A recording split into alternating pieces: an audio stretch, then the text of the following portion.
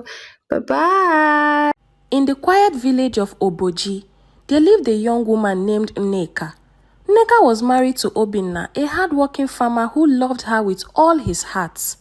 They were a happy couple, but their hearts were broken. Their first baby, a boy, died at just 2 weeks old. Their second baby, a girl, died at just 3 days. Their third baby, another boy, cried all night then died before sunrise. Each time, Nneka screamed and wailed. The pain tore her chest apart. She would hold her dead baby tight and cry till she had no tears left. The villagers began to whisper, "Something is wrong with Nneka's womb. Maybe it's Ogbanje, a spirit child that comes only to die. Maybe she's cursed." Her mother-in-law, Mama Ofoma, didn't hide her anger. "Are you a woman at all?" she shouted one day. "You kill every child you carry. Shame on you." Obinna tried to defend her, but he too was tired of mourning. After the third baby died, the elders came to the house. It was time. They told Nneka, "We must perform the ritual of Uga. You have lost 3 children. If we don't do this, no child will ever live." Nneka didn't understand. "What do you mean?" The eldest man stood up and said, "We will tie the body of this baby with a rope, drag it through the village in the afternoon, and bury it at the village dump site." Nneka screamed in horror. "You will bury my child like a trash?" But they refused to listen. The child is not a human child. It is an Ogbanje. It must return to where it came from. Tears ran down Nneka's face. Obinna cried beside her. That afternoon, as the sun was high, the villagers gathered. The body of the baby was wrapped in a white cloth. A rope was tied around the tiny bundle. Nneka begged them, "Please, just bury him quietly. He was still my child." But they dragged the body across the dusty road, from her compound through the village square. Children watched. Old women shook their heads. She should not have married at all, someone said. They reached the village dump site, a place filled with refuse and flies. There, they buried the child. The native doctor, Wont, poured libation and said, "If another child comes, it must be named Uga, which means dump site. If not, it will die too." Nneka locked herself inside for days. She refused to eat. She cried until her eyes were red. "God, what have I done? Why me? Why won't my children live?" Obinna tried to comfort her, but the pain was too much. People in the village avoided her. Some called her cursed. Others crossed the road when she passed. One woman told her at the market, "Don't touch my tomatoes. I don't sell to wombs that kill babies." One rainy evening, as thunder roared in the sky, an old woman knocked on Nneka's door. She was bent with age, and her wrapper was soaked. Her name was Mama Chinelo, a widow known for prayer. "My daughter," she said calmly, "let me sit with you." They prayed together. They cried together. The old woman said, "This is not ordinary. Go and see Dibia Nwanchuku, the native doctor, again. But this time, go alone at night. There is a truth hidden for you." Nneka went.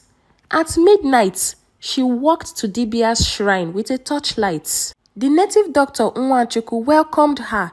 "Sit down, Nneka." He poured palm wine, spat it on the ground, and began to chant. Then he looked her in the eyes. "You are not cursed. Your babies were not Ogbanje. Someone close to you has been doing this to you." "What?" "Your mother-in-law, Mama Ofoma. She poisoned herbs she gave you after each birth, claiming they were to cleanse your womb. The herbs stopped your baby's breathing." Nneka collapsed to the floor. The pain, the betrayal. "Why?" she asked. She never wanted Obinna to marry a girl from another village. She feared your children would carry your father's stubborn spirits.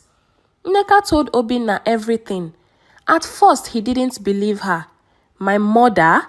No, never.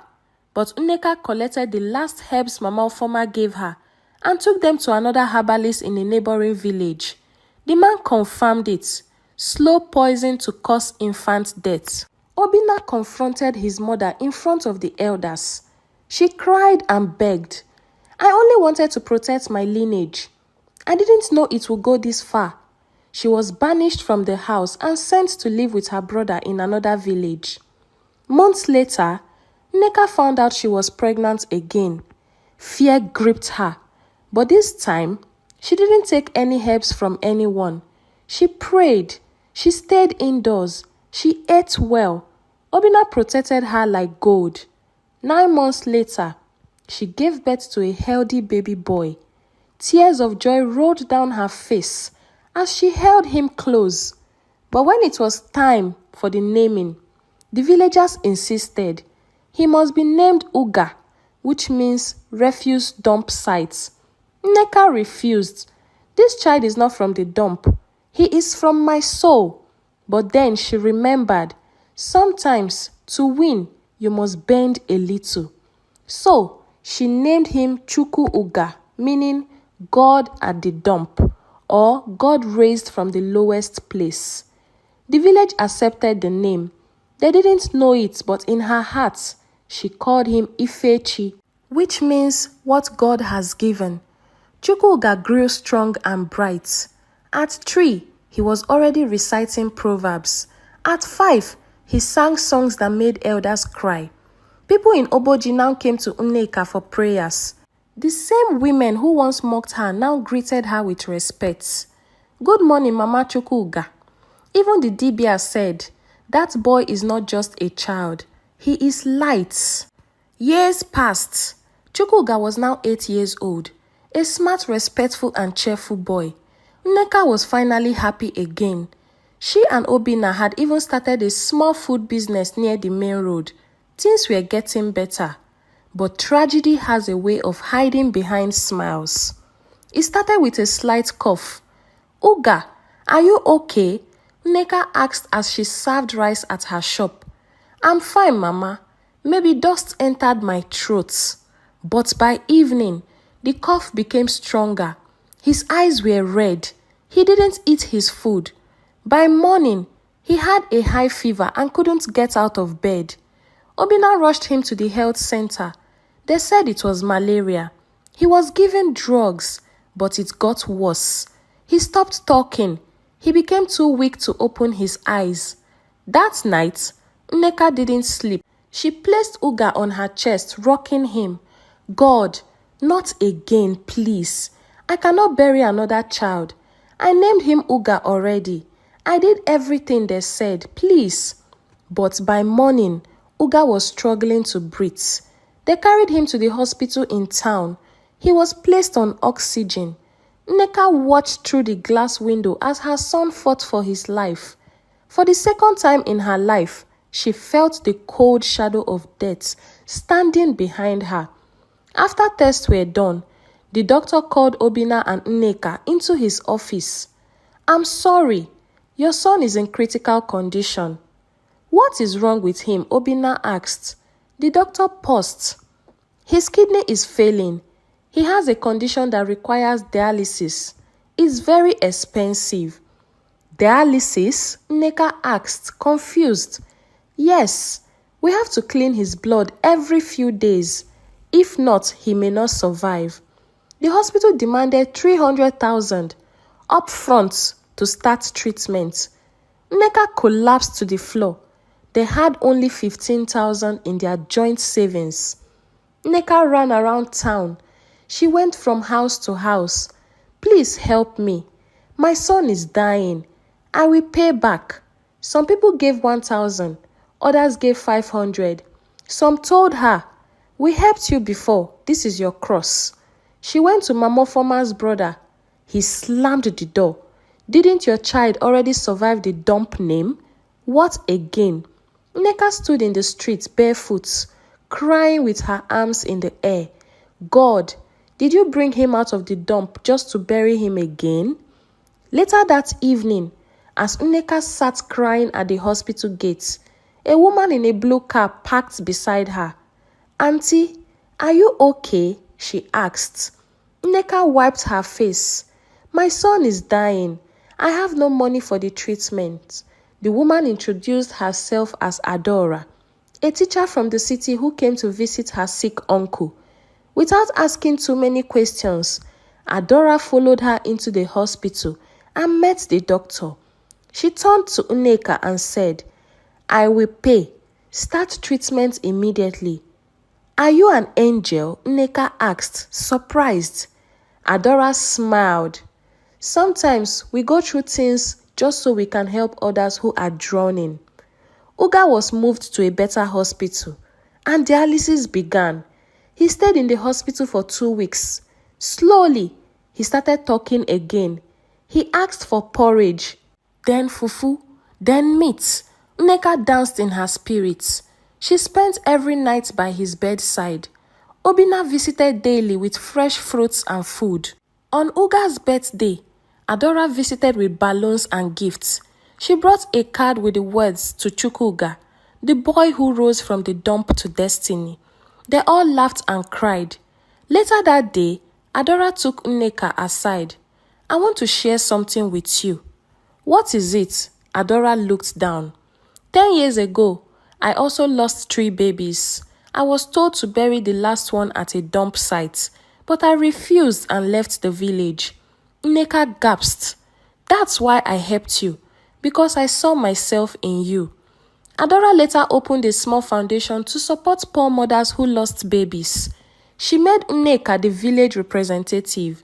Nneka began to speak to women about safe childbirth infections and standing up against deadly traditions. She was no longer the woman people mocked. She was now called Mama Hope. Even those who once laughed at her now brought their daughters to learn from her. 2 years later, Obinna, her husband, died suddenly in a motorbike accident. It shattered Nneka all over again. This time, there was no ritual, no dragging, no dump sites, just raw pain.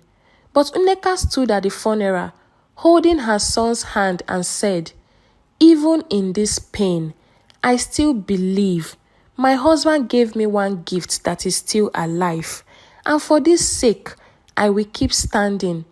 Obinna's family tried to chase her out of the house, but the community stood by her. "This woman has suffered enough," the chief said. "Let her be." Today, Chukwuga is in secondary school in the city. Nneka runs a women's support center in Umuaka.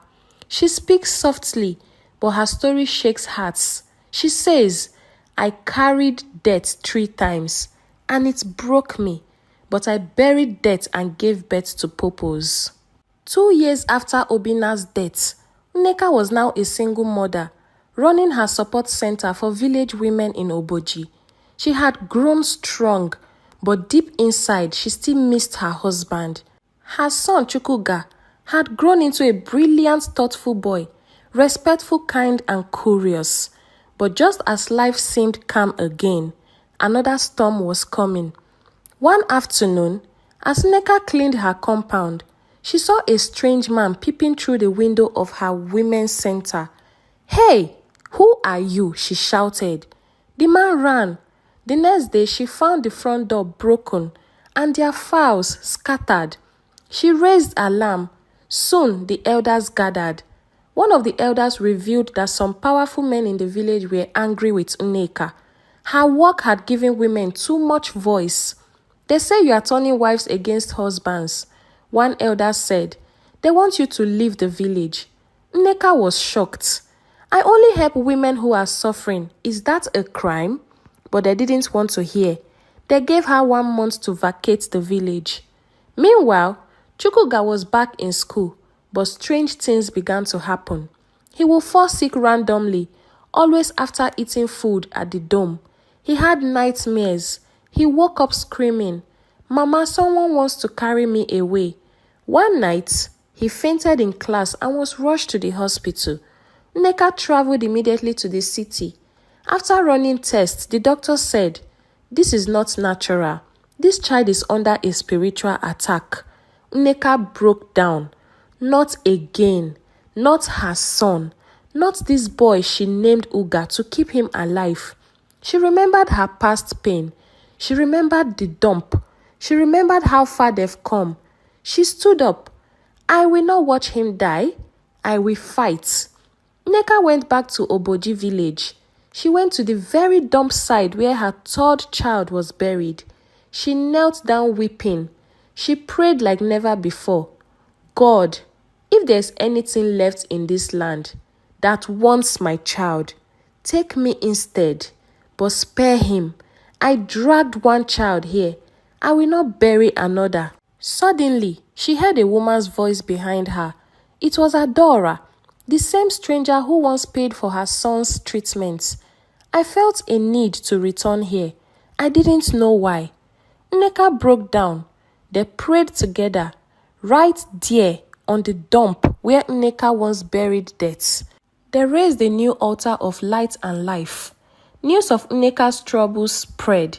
One day during the village council meeting, something strange happened. Dozens of women stood outside the council hall, holding placards made of cardboard and palm leaves. Mama Hope must stay. She saved our daughters. We stand with Nneka. Even the young boys shouted. She trained our mothers how to make soap and sent us to school. Back in school, Chukwuaga recovered fully.